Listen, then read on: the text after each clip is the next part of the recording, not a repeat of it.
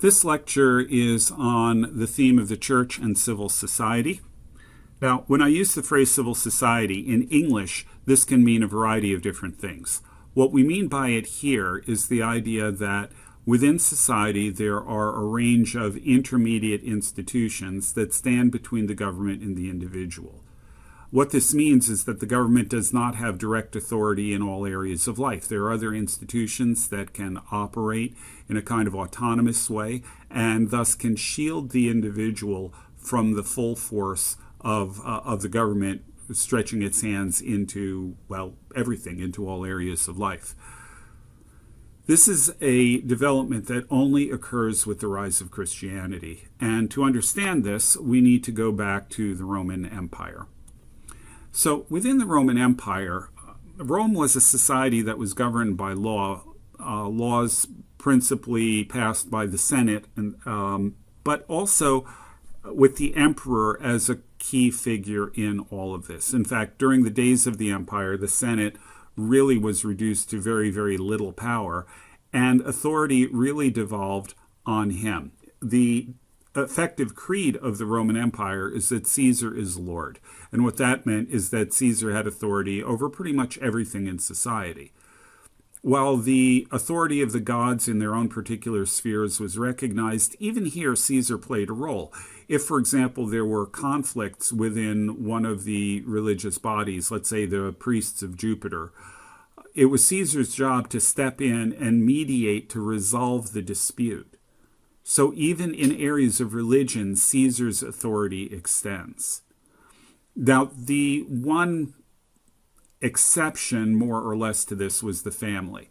Rome was a society that was governed by law, but the one area of Roman law that was really left largely undeveloped was family law, because in the family, the father of the family, the pater familias, was really the supreme authority inside the household.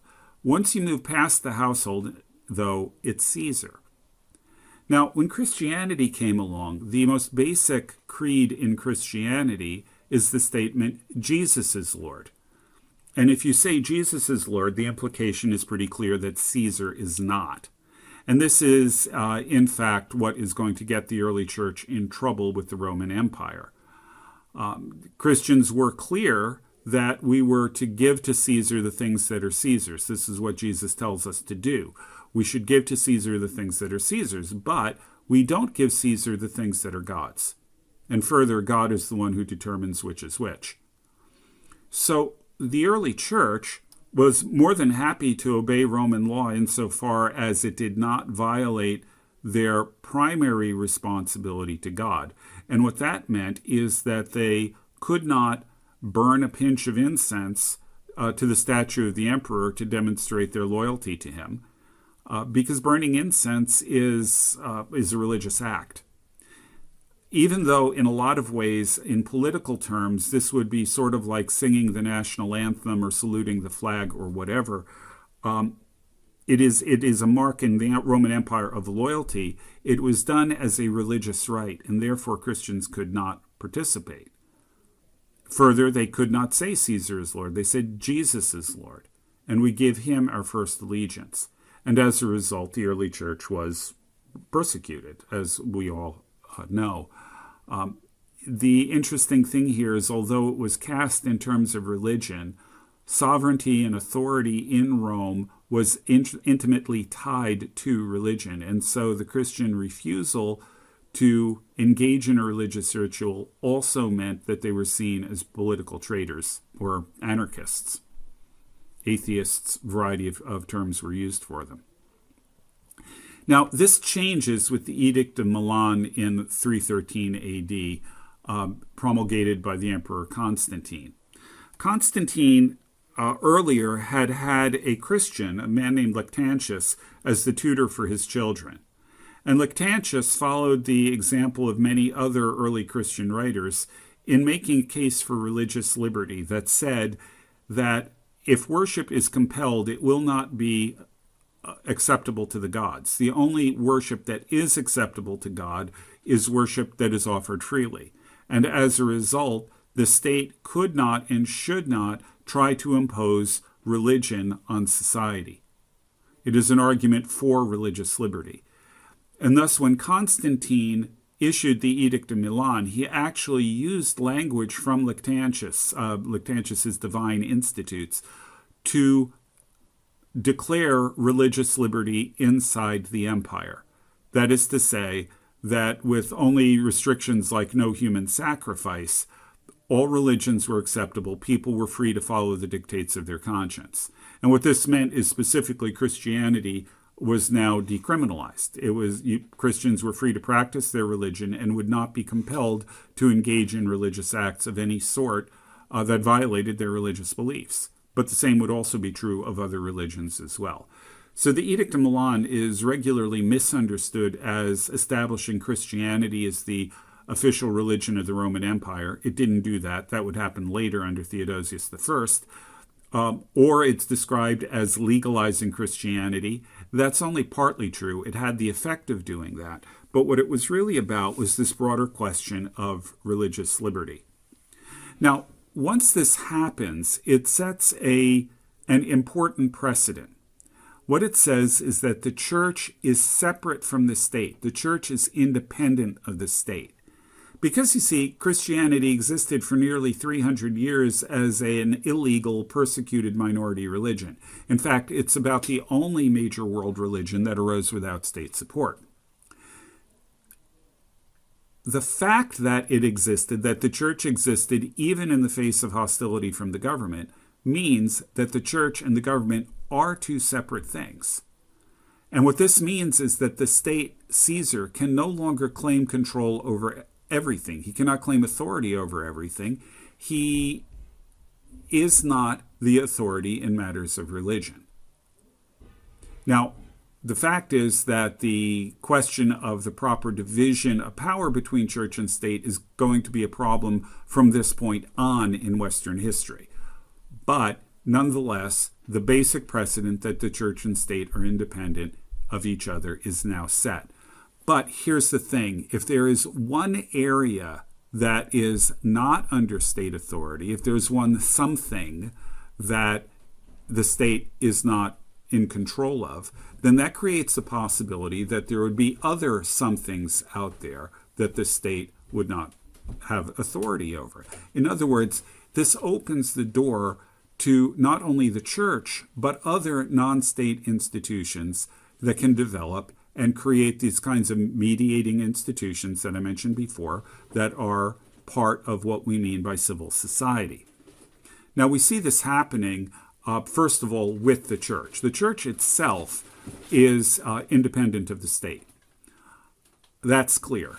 But within the church, there are a number of other institutions that begin developing that take on different roles. So, for example, you have monasteries developing, and these monasteries will act as alternative communities within the society, places that will inculcate Christian values and Christian norms. It's worth noting that whenever there is a need for church reform throughout history, all the way up until the Reformation, it always started in a monastery. And the reason for this is simple. The church becomes corrupt when it begins adopting the values of society. Values are developed in community, therefore you need alternative communities out there to inculcate values that are different from those of society.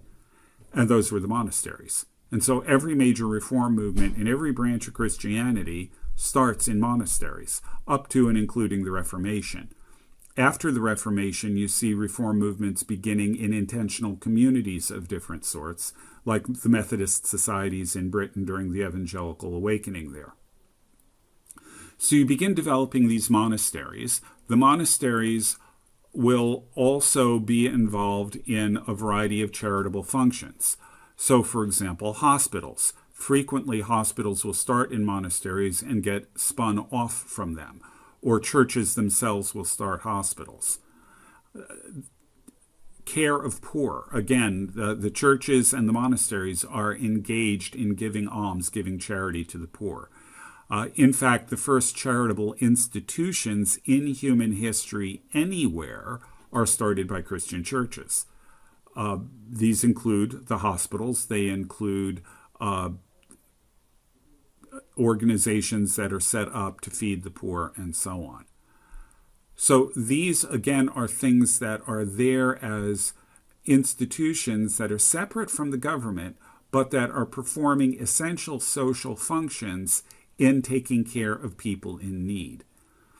In fact, we'll deal with this more in a different lecture, but one of the most significant differences between Christians and pretty much anybody else in the ancient world is that Christians believed that the poor, the weak, and the helpless had intrinsic dignity as people made in the image of God, whereas the secular world, the non-Christian world, saw them as people who to be despised, who were weak, who therefore deserved whatever it is they got. So we see the development of these various institutions within the church that serve to extend the church's umbrella of protection to these other these other groups of people, and thus, again, shielding them from direct exposure to government and the potential for abuse there. We also see this in economic institutions, most notably in the development of guilds. Guilds were primarily economic organizations that were organized to regulate industries that were important to the city, to whatever city that they were in. Guilds were always specific to a single town. And what they did is when you had an industry that was particularly significant to the economic life of the city, let's say you're in Florence and you've got wool weavers or goldsmiths or any number of other economic activities that were important for the city's overall prosperity, these were regulated by guilds. And what the guilds would do is you'd have a specific guild for the weavers or for the goldsmiths or for the butchers or for the, fill in the blank, whatever other types of industries they considered important. And what they would do is regulate the industry. They would determine the quality of materials that had to go into the finished product. They would determine work rules, how many apprentices or journeymen you could employ, all of these sorts of things. The idea being to create a relatively level playing field for all of the various masters within the guild, but also to guarantee the quality of the product so that the city's reputation didn't get hurt by selling inferior goods. So they have a lot of economic responsibilities, but they also had social responsibilities. The guilds, if a guild master got ill or couldn't work, injured, what have you, the other guild members would help take care of them. If the guild master died, they would see to it that his widow and orphans were taken care of, and so on. So there are a variety of social responsibilities here. The guilds also had political responsibilities. Medieval cities in Western Europe tended to be republics, that is to say, they were governed by representative councils. Now, this wasn't representation the way we think of it, where people would elect the representatives. Instead, the leaders of the guild acted as representatives within the town councils. So there were political aspects to this too. But the key point is the guild was not actually governed by the government. The political realm was dealt with other issues in the city, but it didn't interfere with the internal workings of the guild. They acted as an intermediate economic institution with some social and political responsibilities as well that was not under the direct control of the government. Now, the guilds will eventually evolve into things like trade unions, various kinds of professional organizations. In America, for example, we have the Bar Association, which regulates lawyers, or the American Medical Association, which regulates doctors, and so on.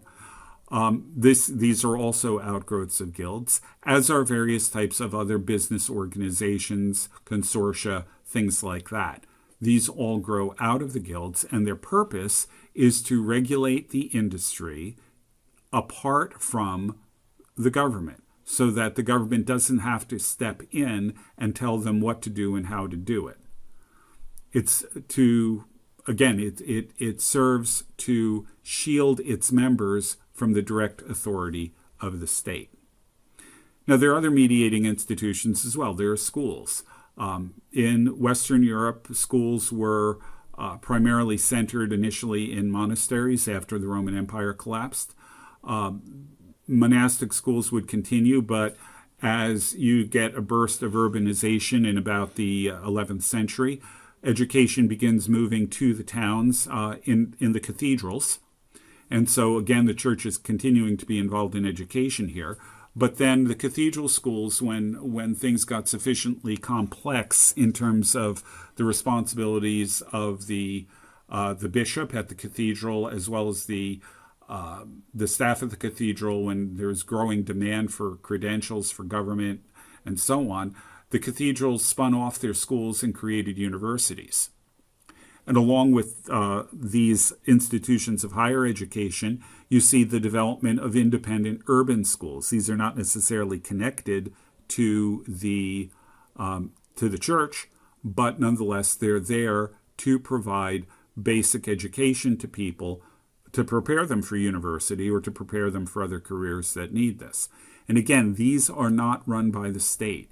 The educational sphere is an area that is partially church but partially independent.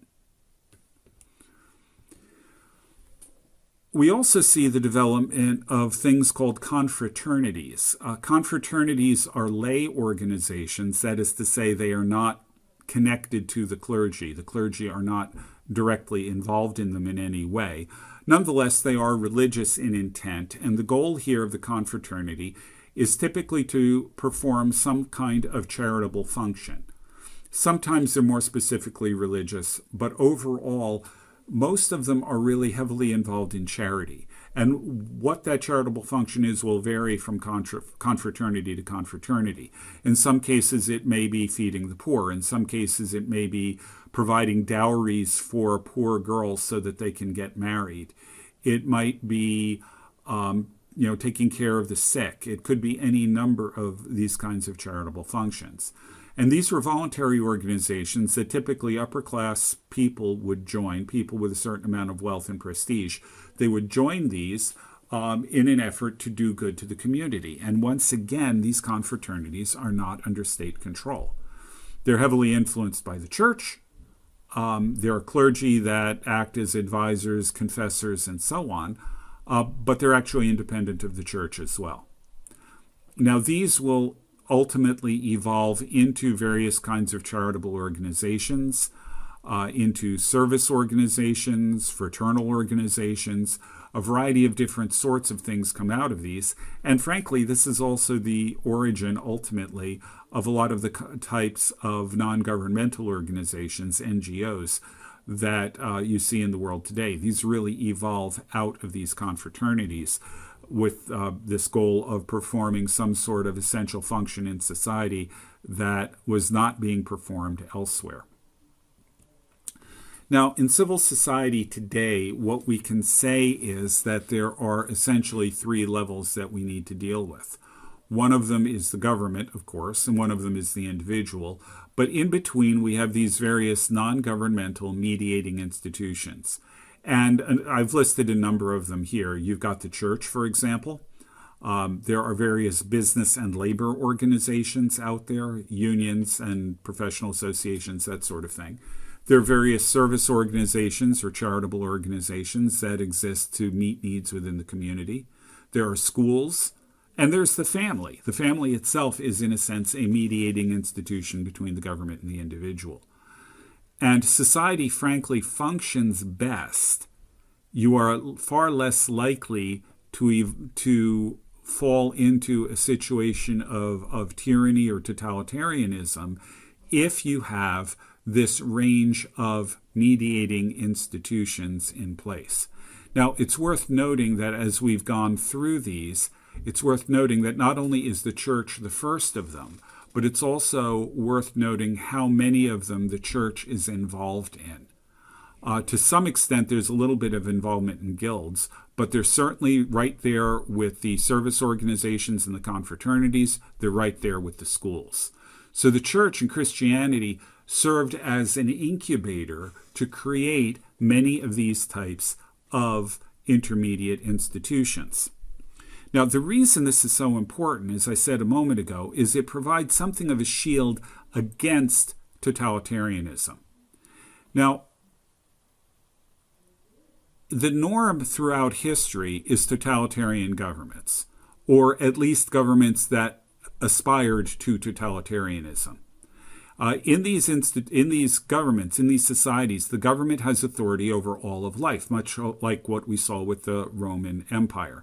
Sometimes this will be combined with religion, where you will have a sacred secular state, where you've got, for example, in Iran, you have the Ayatollahs who have authority over everything that goes on in the government. The government can pass whatever laws it wants to, but if the Ayatollahs say no, they come to an end. Most of these kinds of societies do allow for limited exceptions, most notably the family. Now, the problem with totalitarianism is the fact of original sin. Everyone is corrupt and is corruptible. And as a result, no one and no institution can be trusted with absolute power. You need to find ways to limit the power of government, because if you don't do that, it will turn totalitarian and it will become corrupt. Now, the only alternative to this is civil society. This depends on the existence of these mediating institutions that act as a check on governmental power, that act in a way that is autonomous, that is to say self-governing within its own sphere. We refer to this as the autonomy of associations. These different forms of associations, these different institutions are autonomous. They are self-governing within their sphere. The government then becomes just one of a number of institutions that function in society to regulate things. The role of the government is primarily to protect the people, or as Paul puts it, to punish the wicked and reward the good. That's the essential role of government. It doesn't necessarily have proper authority scripturally in a wide range of other things that these mediating institutions work within. Now, the problem that comes up here is how do you avoid falling into totalitarianism? Hannah Arendt studied totalitarianism after World War II. She looked at both Stalin and Hitler, and she concluded that there were a number of things that were precursors to totalitarianism that could lead you into a totalitarian state. The first of them is the individual being isolated, social isolation and loneliness. This is going to contribute to the second, losing faith in hierarchies and institutions, losing faith in these intermediate institutions so that the only institution that's left standing in your mind is the government. You may not even trust that, but eventually you've got to rely on some form of institution out there, and so you eliminate everything in the middle and head toward the government. Once you lose faith in the hierarchies and institutions, there's a desire to transgress, to break boundaries, and to destroy things. From there, we move to propaganda and the willingness to believe useful lies. This then leads us into a mania for ideologies. And once you fall into that, you value loyalty to ideology more than actual skill, more than expertise. These are the things that lead you to a totalitarian state. And frankly, as I look at the West today, I see many of these things in operation. Now, the antidote to this, apart from, frankly, prayer and revival, are mediating institutions. On a secular level, the thing that keeps you from falling into this are these mediating institutions that, if they function properly, end up cutting off this movement toward totalitarianism by ending the social isolation and providing communities for people so that they don't feel the kind of loneliness that's there. When they function correctly, people don't lose faith in them. And they are far less likely to follow the other steps leading toward totalitarianism. It's worth noting, as I mentioned before, that community is the source of values. And if where community fails, where community ceases to function, that's when you get loneliness and social isolation. These mediating institutions, and I would argue especially the church and especially the family, are absolutely critical as a source of values and as a way of ending this kind of loneliness and social isolation. And then, of course, as Christians, we are called to speak the truth in love. That means that we cannot fall into ideologies. We cannot value loyalty above all else. It means that we need to reject propaganda and useful lies. We need to always stand for the truth, but we need to do it in a way that exhibits the love of God. And if we do this, we can help reform our societies. We can act as salt and light in the world to keep them from degenerating toward totalitarianism and evil. And we can reinforce these various sorts of intermediate institutions that are needed to protect society, again, especially family and church, but these other institutions that grew out of those as well.